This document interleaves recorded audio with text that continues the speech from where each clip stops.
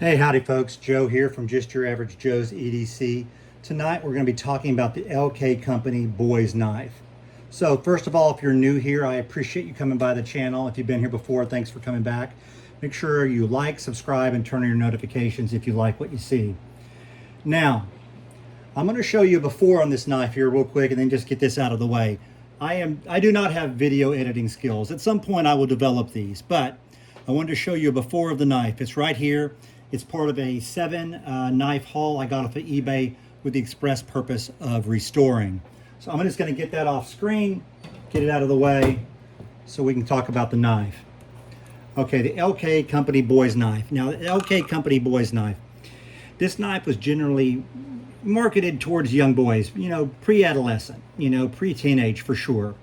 Now, LK Company was famous for 3 things. The boys knife, which is a shell back design, the pen letter opener knife, and advertising knives. Now, they are still semi-collectible, however, they are not highly collectible. The idea behind these knives was it would be a cheap knife for a young boy to learn to take care of, and then he could move on to, bigger and better, more expensive knives. On the secondary market, you can see them up to $50 in good condition. I think this one is now in good condition, but I don't know that it's worth anything like that. I guess beauty is in the eye of the beholder. I do happen to like this knife now. Now, as I stated before, this is simply a shell knife, meaning that the little tabs right here and slide this shell on. Now, when I got this knife as part of that 7 knife haul from eBay, this whole area was rusted and nasty. Now, the shell with the jigging here to simulate the bone was actually covered in a wrap, and that wrap had just deteriorated into a load of crud. It just looked terrible. So what I did was I essentially cleaned this thing out real well.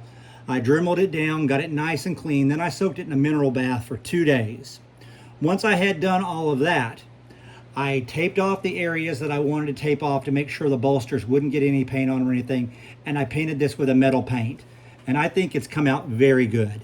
It's got a nice shiny look to it. It looks, I'm not going to say brand new, but it looks really sharp. I cleaned up the blade. Let me bring this close here for you so that you can see the tang stamp. I cleaned up the blade and I got it in good working order. Now the shell handles were a little bit loose. I also tightened those. Now I gave some serious thought to painting the outside of the shell and then sanding it down and just leaving the interior of the jigging dark.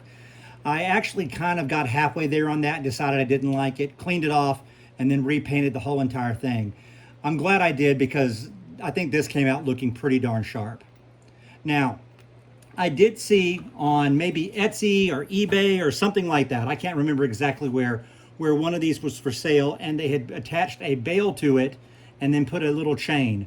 I thought that was a great idea. It's kind of evocative of the wallets that have a chain on them or something like that. I thought it'd be a kind of a cool little thing. It's kind of a mixture between a boy's knife and a gentleman's knife.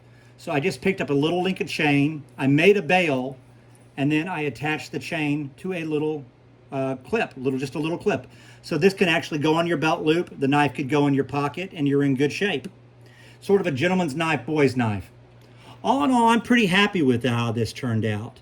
Out of all the knives that I bought on that haul, this was the one that I probably puzzled the most over, simply because I didn't know where I wanted to go with it. I had thought about painting it yellow, red.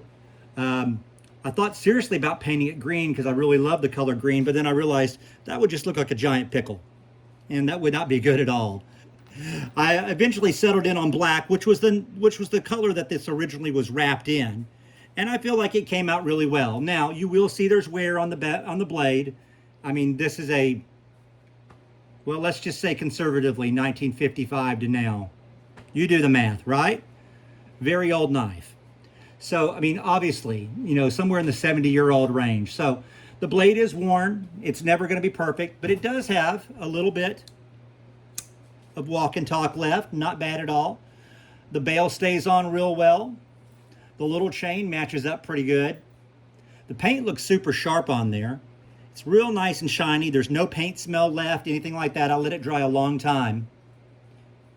And I think it just has a good look overall. There's a little bit of pitting on the back, but you're going to get that with an old knife. All in all, this repair is one I'm pretty darn happy with, and I'm glad that I went the direction I did. Well, let me know what you think. As always, I appreciate you stopping by. Take care and God bless.